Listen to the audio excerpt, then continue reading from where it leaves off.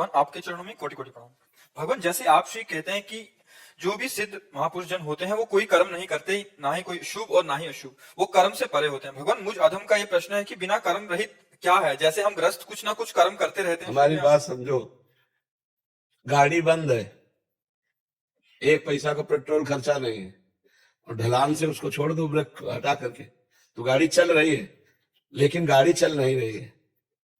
जो गाड़ी चलने में कर्ता भाव में जो पेट्रोल खर्चा होता है, जो ड्राइवर की मानसिकता खर्चा होती है, वो कुछ नहीं खर्चा हो रही। वो हैंडल पकड़े बैठा रहे, गाड़ी सीधे रास्ते, ढलान है ना, ढलान है ना, बस ऐसे सिद्ध पुरुष का होता है कि कर्ता भाव खत्म, बस बुद्धि के द्वारा गाड़ी कोई देखना कि बहकने ना पावे, वो स्वयं चलती रहती है। गुणान गुणवर्तन्ते मनुष्या पार्थ सर्वसा। अब ये बात अपने जीवन में समझने के लिए पहले ज्ञान तो हो ना हमें कि हम हैं कौन। हम न स्थूल शरीर है, न सूक्ष्म शरीर है, न कारण शरीर है, हम तीनों को चलाने वाले हैं। और हमारा जो स्वरूप है वो भगवान से मिलता जुलता है। जैसे भगवान अमल है तो हम अमल हैं, भगवान चैतन्य है तो हम चैतन्य हैं, भगवान अविनाशी हैं तो हम अविनाशी हैं, भगवान सुख राशि हैं तो हम सुख राशि हैं। ईश्वर अंश, जीव अविनाशी, चेतन, अमल, सहज सुख राशि, हमारा स्वरूप भगवत स्वरूप है। जब हमें जान जाएंगे तो कर्ता भाव आते जाएगा। जैसे ये पंखा चल रहा है तो इसमें कर्तत्वाभिमान है नहीं, क्योंकि जड़ है ये, तो किससे चल रहा है आप जान सकते हैं? बिजली से, बिजली से, पावर से। तो इसका कोई अभिमान है क्या कि मैं चल रहा हूं? इसको चलाया जा रहा है किससे? बोले बिजली से चल रहा है, नहीं अभी बिजली कट ऑफ करो, बोला चल जाए। तो ऐसे ही आप ईश्वर से चल रहे। कठपुतली को देखा नाचते हुए, अब वो गर्व कर में बहुत बढ़िया डांस कर लेती हो, तो पीछे जो अंगुलियों का चमत्कार है, वो पीछे अपनी डोरी में अंगुलियां फंसाए, जैसी चेष्टा करता जा रहा है वैसा वो नाचती चली जा रही, और बाहर हम लोग ताली बजाते, बहुत सुंदर डांस हुआ। तो कठपुतली अंगुलियों के इशारे से नाचती है। ऐसे ऐसे ही सतोगुण, रजोगुण, तमोगुण के इशारे से हर जीव से क्रिया होती है, पर वो क्रिया को स्वयं कर्तृत्व भाव में ले लेता है कि मैंने किया, इसलिए उसे भोगना पड़ता है। अवश्य में भोक्तव्यम कृतम कर्म शुभाशुभम। ये ज्ञान हो जाए, ये आध्यात्मिक रहस्य है, ये बिना भजन के थोड़ी समझ में आएगा। खूब नाम जप करो, सत्संग सुनो, शास्त्रों का स्वाध्याय करो, पवित्र आचरण रखो, पवित्र भोजन, तब बुद्धि शुद्ध होगी, तब ये जान पाओगे। तो हमें भी ऐसा ही आभास होगा कि हमें चलाया जा रहा है। बिल्कुल ऐसे ही आभास होगा। जैसे इस समय जगत दिखाई दे रहा है सत्य, ऐसे उस समय भगवान दिखाई देंगे। सब में भगवान दिखाई देंगे कि भगवान ही भगवान है, न कोई स्त्री है न कोई पुरुष है। ऐसा बाहरी रोल जैसा मिला है ऐसा वैसे ही करेगा। बाहरी ऐसे थोड़ी कि सबके पैर छूता घूमेगा, नहीं। किसी को आशीर्वाद देगा, किसी को डांटेगा, किसी को प्यार करेगा, किसी से गले लगेगा, किसी से हाथ मिलाएगा, लेकिन वो सब में भगवान का दर्शन कर रहा है। व्यवहार अलग अलग होगा, दर्शन एक ही होगा। दर्शन सब में भगवान का होगा, और व्यवहार एक जैसा तो हो ही नहीं सकता। बोले सबके समान व्यवहार करना चाहिए, नहीं हो सकता, समान व्यवहार हो ही नहीं सकता। जैसे देखो अपने यहाँ छुआ तो हाथ तो अपवित्र नहीं हुआ, लेकिन नीचे के द्वारों को छू ले तो हमको रज लगा के हाथ धोना पड़ेगा। अपने ही शरीर में है, लेकिन वो व्यवहारिक जैसा शरीर में नहीं कर सकते, तो समाज में कैसे कर सकते हो? अब जैसे सब में हम भगवान देखते हैं तो 4 स्त्री स्वरूप है, पत्नी है, बहन है, माँ है और बेटी है। चारों में भगवान समान है, लेकिन व्यवहार समान नहीं हो सकता। व्यवहार में अंतराय हो जाएगी कि नहीं? एक के पैर छिड़ेंगे माँ के, और पत्नी के साथ पत्नी जैसा व्यवहार, बेटी के साथ बेटी जैसा, बहन के। तो जो व्यवहार को यथोचित करता है, जैसा करना चाहिए, और सब में भगवान को देखता है, वो असली ज्ञानी है, सही में वही ज्ञानी है।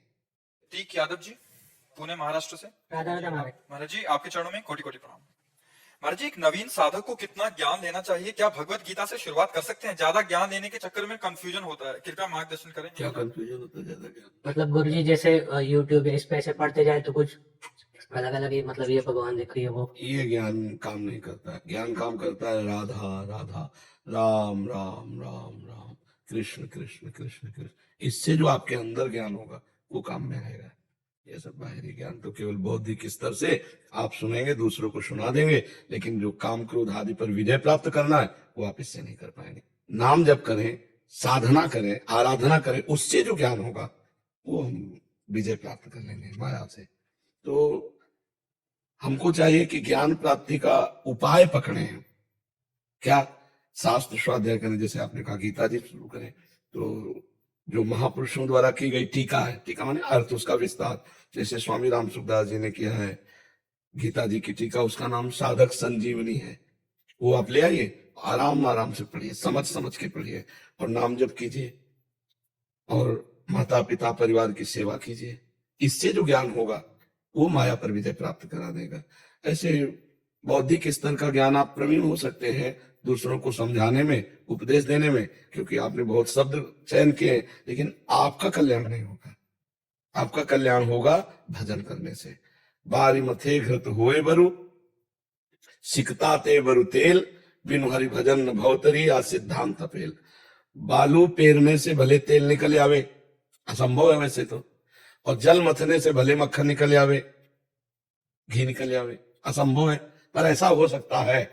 पर बिना भगवान का भजन किए दुर्गुण, दुराचार, अशांति और इस संसार चक्र से हमारा उद्धार नहीं हो सकता है। सही माने में काफी ज्ञान सबको रहता है।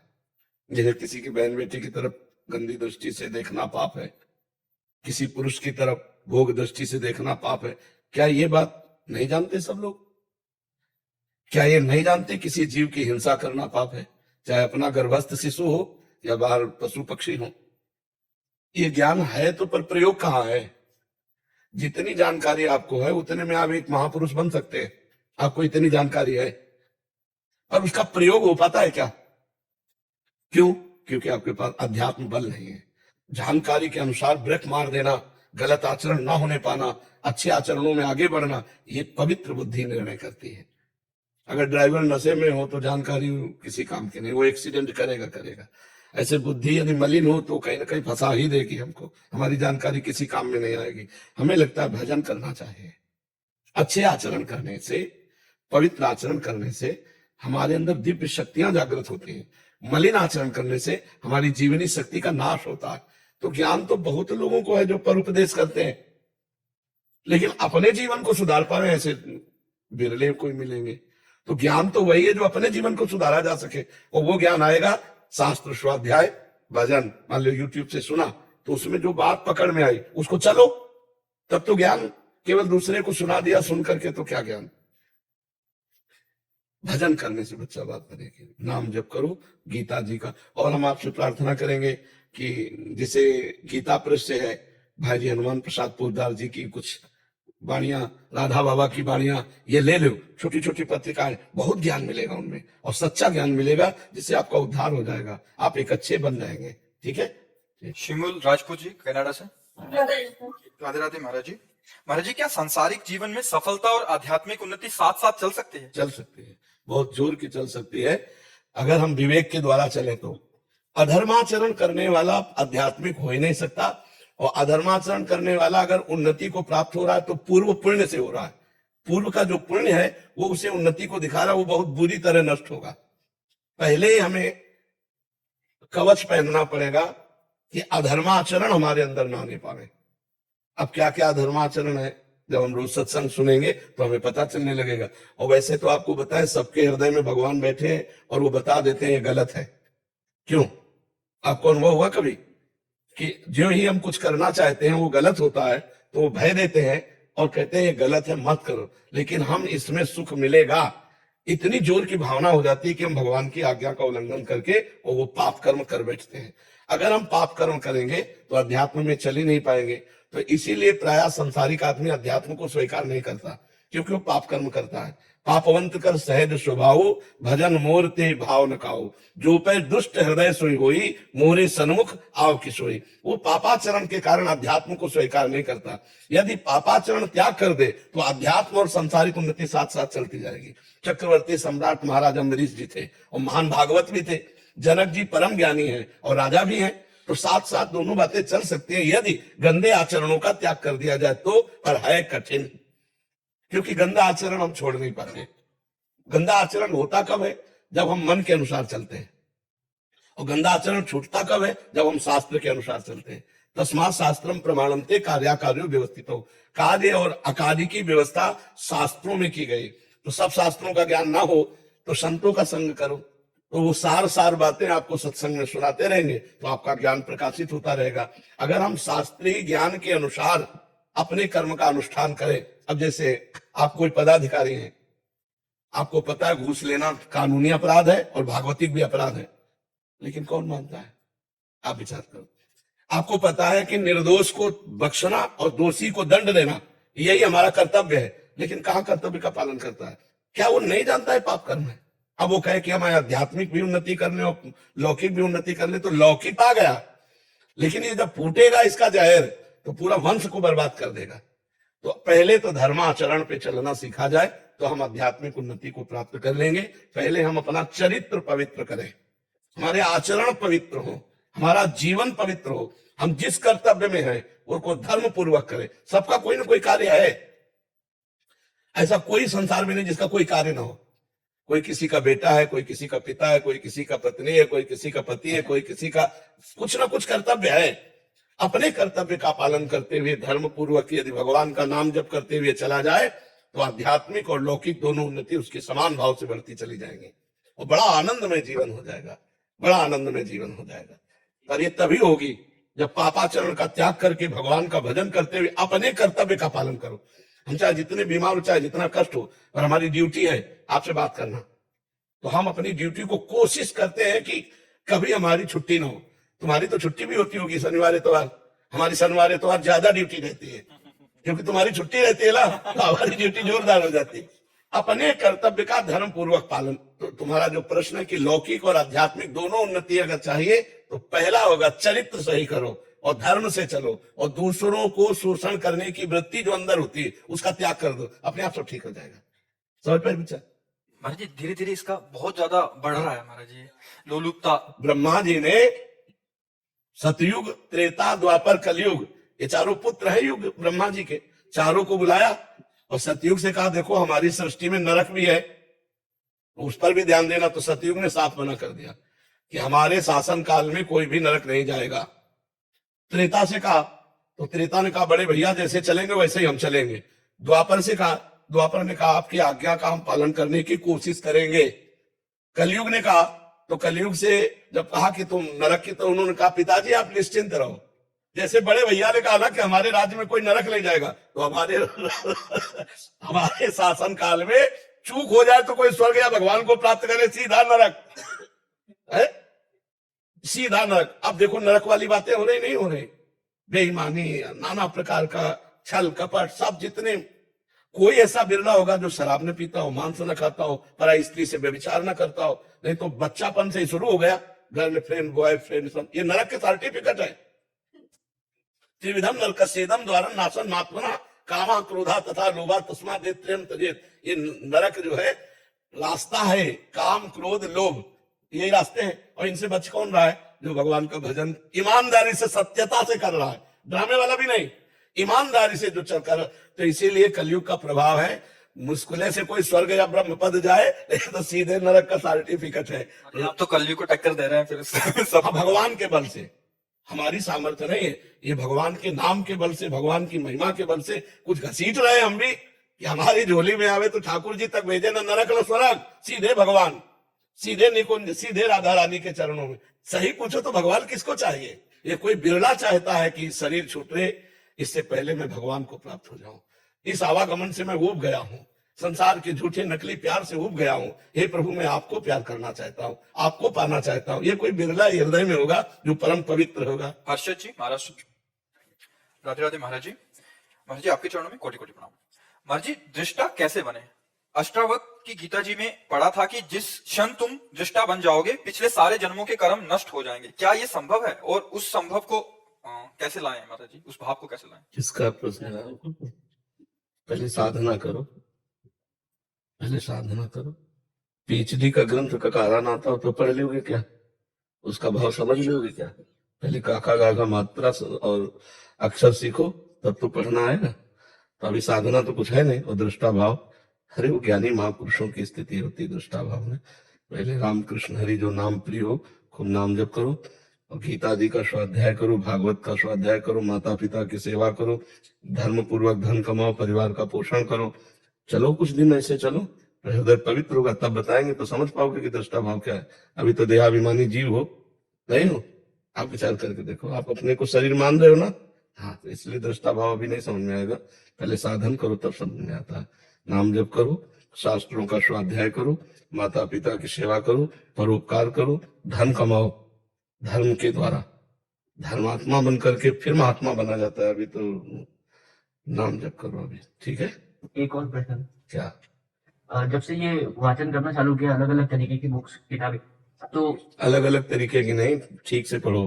गीता पृष्ठ से पूज्य राधा बाबा, पूज्य भाई जी श्री हनुमान प्रसाद पोद्दार जी, पूज्य स्वामी राम सुखदास जी, पूज्य श्री जयदयाल गोयनका जी, 4 नाम याद कर लो।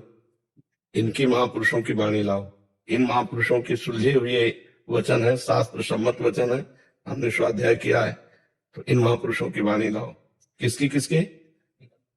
राधा बाबा, भाई जी श्री हनुमान प्रसाद पोद्दार जी, पूज्य स्वामी राम सुखदास जी और पूज्य श्री जयदयाल गोयनका जी।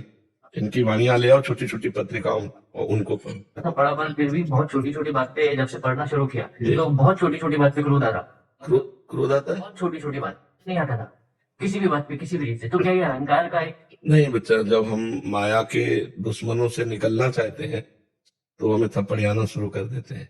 जैसे आप संसार में फंसे हो तो आपको पता नहीं कि काम कैसे सताता है, क्रोध कितना परास्त करता है, लोभ कितना परास्त। जब आप भगवान की तरफ चलोगे तब इनका असली रूप आएगा। काम कितना भयंकर है, क्रोध कितना भयंकर, लोभ कितना भयंकर है। तो इनको सहा जाता है। जिसे जिस बात पे गुस्सा है, शांत प्रभाव से, हमें गुस्सा नहीं करनी। ये विकार है। त्रिविधम नरकस्येदम द्वारम नाशन मात्मना कामः क्रोधः तथा लोभः तस्मादेत त्रयम् त्यजेत। ये 3 नरक के द्वार हैं, काम क्रोध लोभ।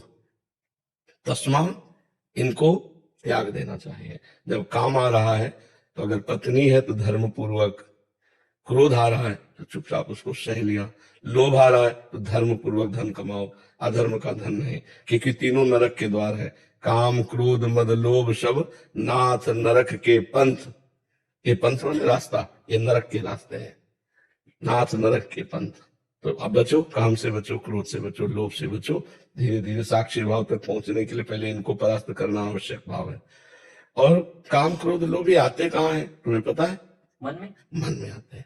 अंतःकरण उसे कहते हैं जहां मन बुद्धि चित्त अहंकार है।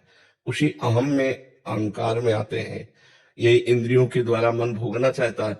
तो आप तो है नहीं, मन है। ये भाव पहले लाओ कि ये सब विकार मन में है, मेरे में नहीं। जो जलन हो रही वो मन को हो रही, मेरे को नहीं हो रही। तो आप अलग होना शुरू हुए ना, तो आप साक्षी भाव में आना शुरू हुए, आप दृष्टा भाव में आना शुरू हुए। आप देखने वाले हैं मन को, ना कि आप मन है। तो काम क्रोध आदि मन में आए, आप में तो आए नहीं, तो आप उसे देख रहे हैं, तो आप उसे जीत जाएंगे। क्योंकि आप में नहीं है, वो मन में है। और जब अपने पे तो हम हार जाएंगे। इसलिए दृष्टा भाव, पर उसमें टिकोगे नहीं अभी, क्योंकि तपस्या नहीं है ना, पवित्रता नहीं है, तो इसलिए टिकोगे नहीं उसमें। टिक गया सो ज्ञानी, टिक जाए सो ज्ञानी, फिसल जाए सो अज्ञानी। ठीक है, घुस लेते हैं, कुछ तो है गड़बड़। महाराज जी, अगर सत्संग से पहले कभी ऐसा हो गया हो तो फिर क्या करें उसमें? पहले का जो रहा है तो मतलब अगर एकत्रित हुआ हो, अगर वो खर्चा हो गया तो हम ज्यादा प्रेस नहीं करेंगे। अगर एकत्रित हो तो उसको कई धर्म कार्यों में हटा दीजिए, क्योंकि वो आपके वंश के लिए, आपके परिवार के लिए हानिकारक रहेगा। आप अपनी कमाई जो सरकार को आप देते हो, आपको सरकार देती है, उससे तो ठीक है, क्योंकि वो आपका एक कार्य प्रणाली है। लेकिन उसमें जो आप, तो फिर वो अधर्माचरण के द्वारा कमाया हुआ धन होगा, और वो आखिरी में आपको और आपके परिवार को, वंश को, वो कहीं ना कहीं दूषित कर देगा। इसलिए हमारी प्रार्थना है कि अर्थ प्रधान बुद्धि रख करके कर्तव्य कर्म नहीं किया जाता, कर्तव्य कर्म प्रधान बुद्धि रख करके अर्थ को शासन में रखा जाता है। तो ये जो घूस लेकर के बड़े बड़े महल बना लिए जाते हैं, परिवार की सुख सुविधाएं एकत्रित कर दी जाती है, उनके बच्चे ही बुद्धि भ्रष्ट हो जाती है, और बच्चे ही माता पिता को प्रताड़ित करते हैं, स्वयं आत्महत्या कर लेते हैं। बहुत हम सूक्ष्म बात कह रहे हैं, इसको लोग जल्दी समझते नहीं। या ऐसे बच्चे पैदा होंगे जिनको जीवन भर संभालते रहो, या ऐसे बच्चे पैदा होंगे जो जीवन भर का गम दे देंगे, या फिर ऐसे बच्चे पैदा होंगे जो जीवन भर तुम्हें पीड़ित करेंगे, तुम्हें सताएंगे। वो अधर्म का धन कभी चैन नहीं लेने देगा। महाराज जी, आज ही एक प्रश्न था, शायद इसी विभाग से था।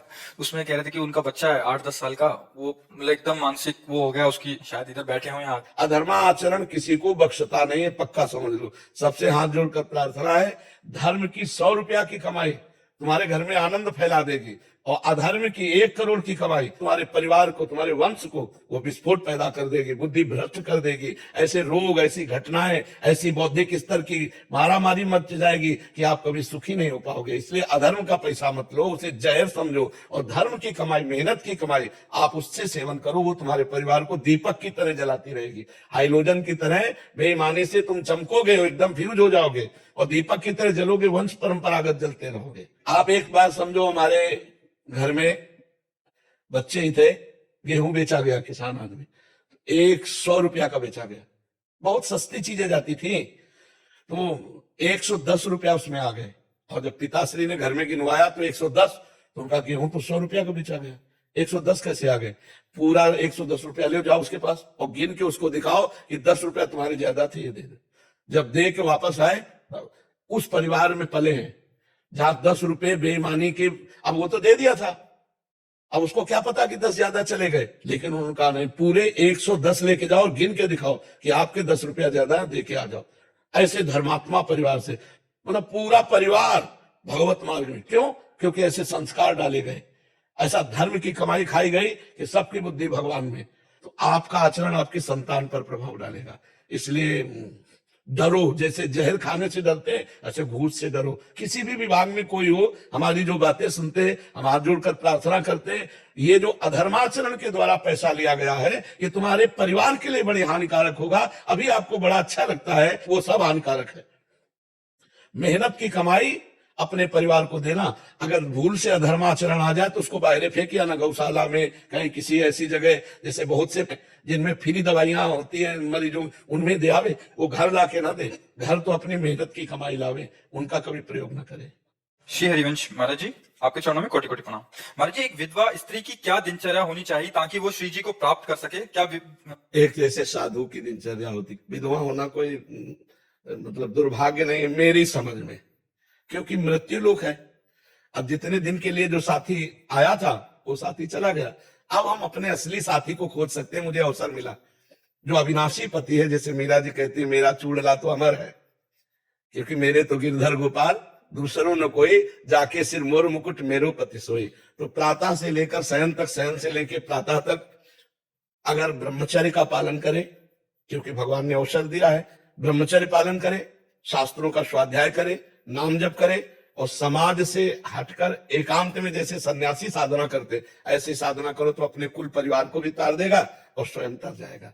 क्योंकि जीव न स्त्री है न पुरुष है, ये तो कुछ समय के लिए मिला हुआ है, न कोई किसी का पति न कोई किसी की पत्नी है। नाटक मंच पर माया के द्वारा ये रचित शरीरों के संबंध है, वो गया, उसका संबंध इतने दिनों तक था, अब परमात्मा से संबंध कर लो, अब भगवान से संबंध कर लो। हमें लगता है हर परिस्थिति का सदुपयोग करना चाहिए, दुरुपयोग नहीं। अब ये परिस्थिति, जैसे आप बहुत गंभीर मुद्रा में इस बात को समझना चाहती, तो ये परिस्थिति का सदुपयोग है, पर ये बहुत धैर्यशाली की बात है। नहीं तो कल परसों एक प्रश्न था हमारे, उसमें ये लिखा था कि अब ये अकेलापन सहा नहीं जा रहा, हाँ, मतलब ऐसा लग रहा है कि दूसरी शादी, नया कोई जीवन साथी चयन कर लें, मतलब वैधव्य हो गया था। हाँ, अभी 4-5 और साल- बहुत फिर इसमें कोई हृदय सेट हो पाता नहीं। तो पहली बात होती है कि जो स्वीकार करता है उसकी है बुद्धि होती है सामने वाले के प्रति, और उसकी दैन्य बुद्धि होती है। वो बहुत, मतलब हमें तो लगता है कि अगर सह जाए तो आजीवन ब्रह्मचर्य रहकर भजन करना चाहिए। कितने बच्चे बच्चियां भजन कर रहे हैं जिन्होंने ब्याह ही नहीं किया है, और 18, 16, 15, 25, 24 सब नौजवान हैं, और सब हाथ में माला, कंठी तिलक, किसी को देखेंगे भी नहीं, किसी को देखेंगे भी नहीं।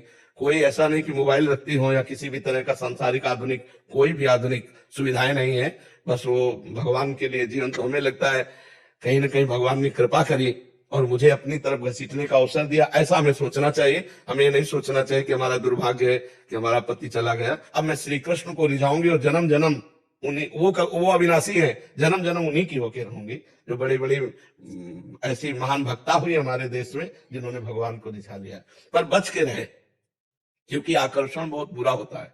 समाज में रहना है, वो आकर्षण है, पर अगर भक्ति शुद्ध है तो कोई परास्त नहीं कर सकता, नहीं तो बहुत कठिन है। क्योंकि अपने मन को बहुत काल तक किसी सीमा में बांधे रखना बहुत कठिन होता है। जैसा इन्होंने प्रश्न किया कि अब अकेलापन खाया जाता है, वो अकेलापन अगर दूर करने की बात भगवान से हो गई तो निभ सकता है, अन्यथा भी बहुत कठिन है निभ पाना। वो मन हमारा खुद हमको गिरा देगा। महाराज जी प्रसंग चल रहा है इसलिए पूछ रहे हैं। महाराज जी जैसे नवीन अवस्था में अगर वैधव्य आ जाता है महाराज जी, तो क्या ससुराल से माँ बाप के घर में रहना ज्यादा उचित रहेगा?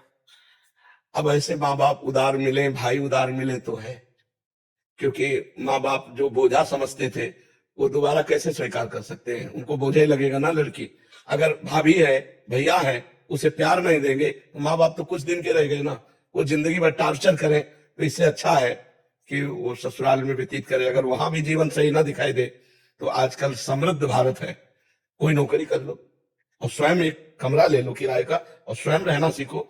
हमारी भारत की लड़कियां तो बॉर्डर पे भी लगी हैं, और अपने धर्म से चलो और अपना जीवन जीने सीखो। जीवन अब वो समय नहीं है कि घर की बातें सहते रहो, और विधवा हो गई तो घर के लोग टॉर्चर कर रहे हैं, कठोर शब्द बोल रहे हैं। नहीं, कोई नौकरी कर लेते हैं, कोई व्यापार कर लेते हैं और अपना जीवन जीते हैं। इस तरह का नहीं। और जो बहुत कम अवस्था में शरीर जिनका पति का पूरा हो गया, मनो अभिव्याह किया और शरीर पूरा हो गया, तो सब कोई ब्रह्मचर्य तो नहीं रह सकता। उनसे हम प्रार्थना यही करेंगे कि अपने जीने का रास्ता निकाल लें, क्योंकि व्यभिचार से अच्छा है किसी एक पुरुष का वर्ण करके और धर्म पूर्वक चला जाए। अगर हम ब्रह्मचर्य नहीं रहेंगे तो व्यभिचार करेंगे, व्यभिचार करेंगे तो बिल्कुल नरकगामी हो जाएंगे। इससे अच्छा है कि हम किसी एक पुरुष को स्वीकार करके धर्म पूर्वक भगवत आराधना करते हुए फिर चले। और जिनको ये हिम्मत है तो कदापि किसी की तरफ आंख न उठाए और अपने जीवन को जीना सीखे, क्योंकि भगवान ने आपको बल दिया है, कोई बाल बांका नहीं कर सकता। यमुना बाई थी, गंगा यमुना बाई, तो जो ब्रह्मचर्य रहता है उसमें एक सुंदरता आ जाती है। ब्रह्मचर्य एक तेज है। तो अब सम्राट अकबर का भांजा अजीज बेग उसका नाम था, वो दौड़े पे आया हुआ था आगरे, तो यहाँ वृंदावन आया हुआ था। उसने देखा इतनी सुंदर स्त्री और 9 युवती और वस्त्र गंगा यमुना स्नान से शरीर में लिपटे हुए थे। तो उसने जो उसके साथ थे आदेश किया कि इसको हमारी सेवा में भेजा जाए। बोले नहीं, ये तो संत है, कोई संसारिक पुरुष नहीं है, ये नहीं आएंगे। अब उसका मन गलत हो चुका था, वो पदवी पे था। तो उन्होंने कहा अगर आप किसी भी तरह का शासन प्रयोग करते हैं तो समाज बिगड़ जाएगी। तो 2 वेश्याएं उसने खरीदी और कहा, परिचय दिया कि उनको किसी भी तरह छल के द्वारा हमारे पास लाओ। और वैश्याओं ने साधु वेश धारण किया। रसी करने वाले में पूरा चरित्र है। और उनके पास जाने, साधु वेश का तो आदर किया जाता है, मतलब कोई भी कैसा भी हो साधु वेश में आए तो उस वेश का आदर किया जाता है। प्रणाम नमस्कार, बैठी, थोड़ी देर भगवत चर्चा हुई, चली गई। 4-6 दिन रोज आने लगी, फिर एक दिन नहीं आई, फिर दूसरे दिन गई। तो पूछना बनता है ना, बोले सखी आप कल नहीं आई थी? तो उनका हमारे यहाँ बहुत बड़े संत आए हैं, तो उनकी सेवा में विधि थी, थोड़ी छुट्टी लेकर मैं आपसे मिलने आई हूँ। उनका संत आए? बोले बहुत बड़े संत है, रात दिन भजन में लगे रहते हैं, आप चलेंगे दर्शन करने? उनको वैसे तो वृंदावन से कहीं जाती नहीं, पर मथुरा की बात है, मथुरा में टिका हुआ था वो, तो चल सकती है। तो उनका फिर चलो। अब उनकी तो बात बन गई, पैसा इसी बात के लिए थी, वो नाटक करके उनको वहां महल में, तो उनका संत यहाँ, तो उनका हाँ, तो उनको लगा कि संत है, चाहे महलों में रखो चाहे झोपड़ी में, उनकी क्या स्थिति हो, तो महापुरुष होते हैं। और जो ही अंदर गए तो बाहर से उसने दरवाजा लॉक कर दिया। तब उनको लगा कि कुछ गड़बड़ है क्या। अंदर की तरफ देखा तो बादशाह का भांजा, तो तुरंत अंदर से भगवान का चिंतन किया, प्रभु में फंस गए। अब माया का जाल, तो जो ही सामने बढ़ा उनका एक दूर, स्पर्श भी मत कर लेना, नहीं तेरा सर्वनाश हो जाए। अब वो कहा है बातें समझने वाला, बस उन्होंने श्री हरिवंश श्री हरिवंश श्री हरिवंश, तो उसको दिखाई दिया सिंह, और ऐसा दहाड़ा सिंह कि वो मूर्छित हो गया। और वो सखी अंतर ध्यान और वृंदावन में रसिकानंद माल में देख लेना, जब भगवान को पुकारा भगवान ने अद्भुत लीला कर तुम अन्यथा कर तुम। अब इतनी चीख कि वैश्याओं ने भी दरवाजा खोला, और जब जाके देखा तो बस भयभीत था। तो कहा क्या हुआ? तब सारी घटना बता। तो कहा कह रही थी वो संत है, बोले हमको एक बार ले चलो, नहीं मेरे प्राण व्याकुल हो रहे। लाए, साष्टांग दंडवत किया और कहा देवी मेरी गलत भावना थी, मुझे क्षमा करो। और बहुत सी भेंट रखी, उनका भेंट की जरूरत नहीं, तुम भेंट ले जाओ। बस एक बात ध्यान रखना, जो भजन करने वाले ब्रज क्षेत्र में उनकी तरफ आंख उठा के मत देखना, भगवान उनकी रक्षा करते हैं। तो जो धर्म से चलता है भगवान उसकी रक्षा करते हैं। इसलिए हम तो प्रणाम करते हैं जो ऐसी स्थिति में अपने जीवन को बचा के भगवान को समर्पित कर दे, पर है कठिन, है कठिन। अगर निर्वाह कर ले जाओ तो असंभव नहीं है। पहले बहुत सी ऐसी माताएं बहनें हो चुकी हैं जो भजन के प्रताप से जीवन को पवित्र रखते हुए भगवान को समर्पित किया है। अंशु शर्मा जी, जम्मू कश्मीर से। श्री हरिवंश।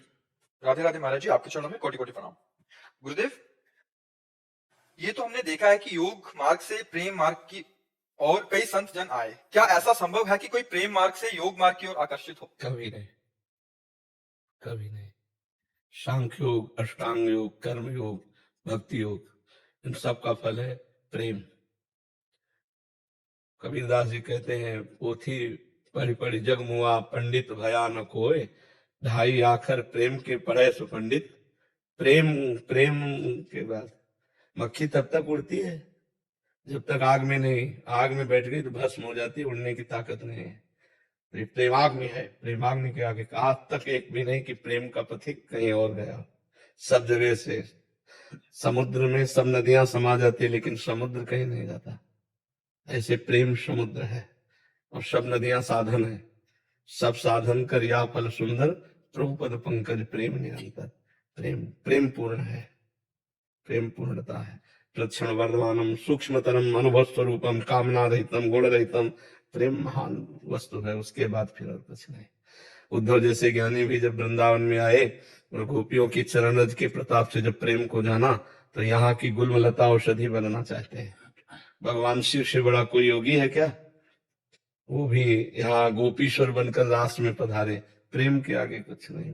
प्रेम में तो भगवान भी अधीन है। नहीं, कोई योग से भगवान को आज तक अधीन किया है क्या?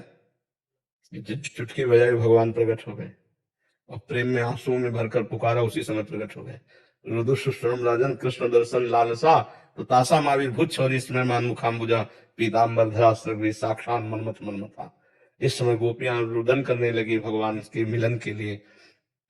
उसी समय सर्वलोक सौंदर्य माधुर्य निधि भगवान कोटि कोटि कामों को भी मर्दन करने वाले रूप को प्रकाशित करते हुए प्रकट हो गए।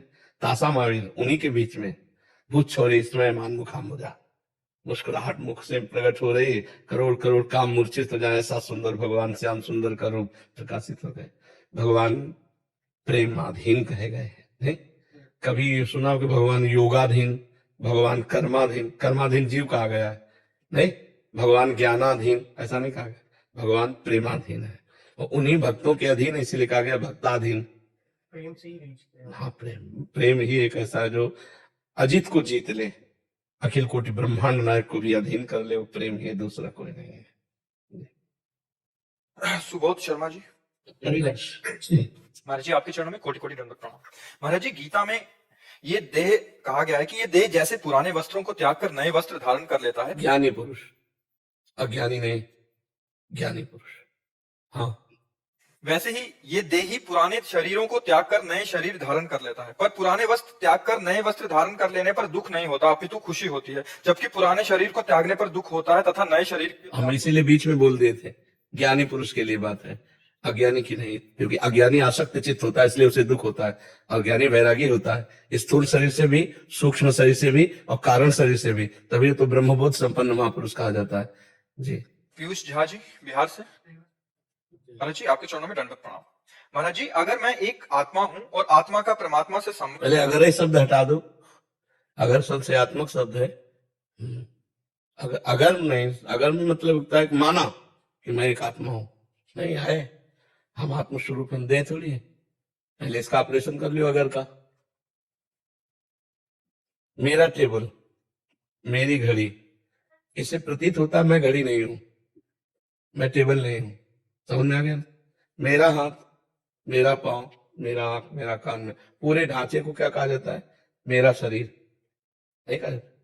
जो मेरा है वो मैं नहीं हो सकता, मतलब शरीर नहीं है। आप अगर शब्द हटाइए, अब अंदर घुसिए इसके, मेरा मन, मेरी बुद्धि, मेरा चित्त, मेरा अहंकार, ये अंतःकरण चतुष्टय है, मन बुद्धि चित्त अहंकार, और मेरी इंद्रियां, मतलब जो मेरा है, मेरी है, वो मैं नहीं हो सकता, मतलब ये सूक्ष्म शरीर भी मैं नहीं है। मेरा स्वभाव, ये कारण शरीर है, तो स्वभाव भी आप नहीं है। आप मान गए ना? समझ में आ रहा है कि नहीं? आप कभी मैं स्वभाव हूं बोला क्या? इसका मतलब ये आपके हैं, तो आप कौन है? आप आत्मा है। समझ रहे ना? अगर मैं आत्मा हूं, इस शब्द का खंडन, आप आत्मा स्वरूप हैं। इस बात को समझ रहे ना? अब आगे बोलिए। महाराज जी, मैं एक आत्मा हूँ और आत्मा का परमात्मा से संबंध है। आत्मा ही परमात्मा, संबंध नहीं है, यही तो भ्रम है। संबंध नहीं है, वो परमात्मा ही है। तुम अपने को अलग इस रूप के कारण देखकर मान रहे हो। आपने देखा है क्या उस आत्मा को? जो तुम हो तो कभी मिले हो अपने से? नहीं मिले। उसके लिए साधना की जाती है। उसके लिए तपस्या की जाती है, तब शरीरों का राग नष्ट होता है अपने स्वरूप। तो जो अपना स्वरूप है, तो जानत तुम्हें तुम्हें हो जाए, सोई जाने जे देह जनाई, और जानत तुम्हें तुम्हें, वो भगवत स्वरूप ही था, भगवत स्वरूप ही है, भगवत स्वरूप हो जाएगा जी। महाराज जी, ये आत्मा इस नाशवान शरीर को परमात्मा में लगाकर इसे जन्म मरण के चक्कर से मुक्ति क्यों नहीं करवा देती? कौन? आत्मा। क्योंकि वो आत्मा आप है। आप अपने को भूलकर शरीर मान करके भोगों में जाएंगे तो कौन मना करेगा? आप हटिए, अभी हट जाएंगे। आप ही तो हैं आत्मस्वरूप। तो आपने अपने को आपको ये मान लिया। अब इसको जब माना कि मैं पुरुष, तो फिर स्त्री में आकर्षण, फिर भोग, नाना प्रकार की दुर्गति, वही फंस गए। हटो। जो जाना कि मैं शरीर नहीं हूं, वो तपस्या प्राण होकर इंद्रियों को वश में करके भगवत प्राप्त हो गए। और कोई थोड़ी दूसरा करेगा, आप ही तो है आत्मा। क्यों? हाँ, भजन में लगो। अब गंदे आचरण करोगे, भगवत प्राप्ति हो जाएगी। तो करना तो आपको ही है ना। क्या करना है? अच्छे कर्म करने, भजन करने, शास्त्र स्वाध्याय करना है, तब करना है, उससे भगवत प्राप्ति होती है। समझ पाए जी? कर्मवीर सिंह जी, चंडीगढ़ से। हरिवंश। महाराज जी, आपके चरणों में कोटि कोटि दंडवत प्रणाम।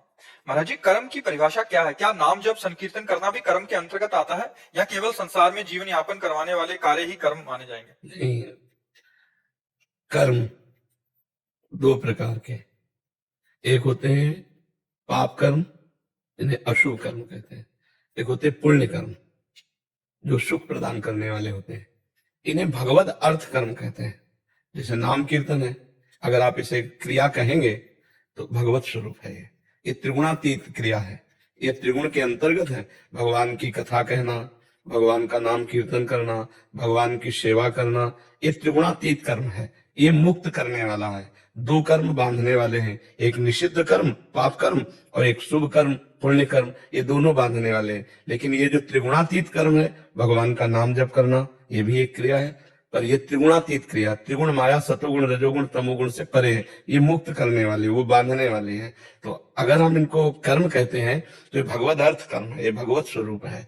ये कोई संसारिक कर्म नहीं, बांधने वाले नहीं। समझ में आया? जी महाराज, जैसे कहते हैं कि मान लो संसार में कहते हैं कर्म उसी को मानते हैं अभी जो जीवन यापन के लिए करा जाता है। नहीं, ऐसा नहीं। अब संसार के जीव तो अलग है ना, संसार का तो विचार अलग है ना। शास्त्र प्रमाणित विचार हो तो माननीय, संसार का विचार थोड़ी मानना। गृहस्थ को महाराज कितना जीवन यापन के लिए करना चाहिए और कितना भगवत जैसे? नहीं, हर समय भगवान के स्मरण का अभ्यास बनाना चाहिए। 24 घंटे में अपनी तो एक दिनचर्या होती ही है कि भाई 6 घंटे सोना है, इतने घंटे काम करने हैं, इतने घंटे मनोरंजन करना है, इतने घंटे हमारे पास व्यर्थ के हैं। तो हम कहते हैं 24 घंटे में जो व्यर्थ का समय आपका जाता है, वो भजन में दे दो। आप ईमानदारी से सोचो। देखो, 24 घंटे का विभाग किया जाए तो 6 घंटे नींद में समझ लो, बहुत बहुत 7 घंटे समझ लो। 7 घंटे बहुत होता है सोना। वैसे तो 5 घंटे में ही अच्छे से निपट जाता है, पर हम कह रहे हैं गृहस्थी में चलो 7 घंटे सही। तो 7 घंटे सोने में चले गए। अधिक से अधिक आदमी 12 घंटे काम करता होगा, है? तो 12 और 7 19 घंटे हो गए। 2 घंटे पूरे 24 घंटा में भोजन के रख लो, 20 21, 1 घंटा मनोरंजन का रख लो, 22। अब 2 घंटे भजन के रख लो, जीवन निहाल हो जाएगा। नहीं हो जाएगा? लगातार 2 घंटे भजन करना और बीच बीच में भगवान का स्मरण। तो ये बेईमानी की बातें लोग करते हैं कि हमारे पास समय नहीं, हम गृहस्थ हैं भजन के लिए। ये बेईमानी की बात करते हैं। ईमानदारी तो ये कि आप भजन करना चाहो तो आपके पास बहुत समय है। देखो, हमने हर समय को विभाजित कर दिया, अब इससे ज्यादा क्या होगा। प्राय 100 में 90 लोग 8 घंटा वाली नौकरी ही करते हैं, 10 लोग मान लिया कि 12 घंटा वाली करते हो। क्यों नहीं? प्राय सरकारी भी 8 घंटे में ही रहते हैं। तो हमने विभाग करके बताया तो 2 घंटे बचते हैं। अगर 8 घंटे वाली करते हो तो 4 घंटे ये बच गए, और 6 घंटे भजन करे तो महात्मा हो जाए, सिद्ध पुरुष हो जाए। नहीं हो जाए? तो बीच बीच में भी हम भजन कर सकते हैं। 8 घंटे जो हम कार्य करते हैं या 12 घंटे जो हम कार्य करते हैं, उसमें हर समय हम अनवरत कार्य में ही रत नहीं रहते। हमारे पास मिनट 2 मिनट 4 मिनट 10 मिनट समय निकलता है, उस समय अगर हम भजन कर लें, राधा राधा राधा राधा। अच्छा, मनोरंजन क्या करना है? मनोरंजन क्या करना? मान लो हंसी मजाक के जो चित्र देखे या इधर उधर की बात, उससे ज्यादा शांति मिलेगी जब भगवान का भजन करोगे। ये शांति सुख के लिए तो मनोरंजन करते हैं। तो भगवान परम शांति प्रदान करने वाले, परम सुख प्रदान कर। अगर हम समय को काटें भजन के लिए तो बहुत समय हमारे पास है।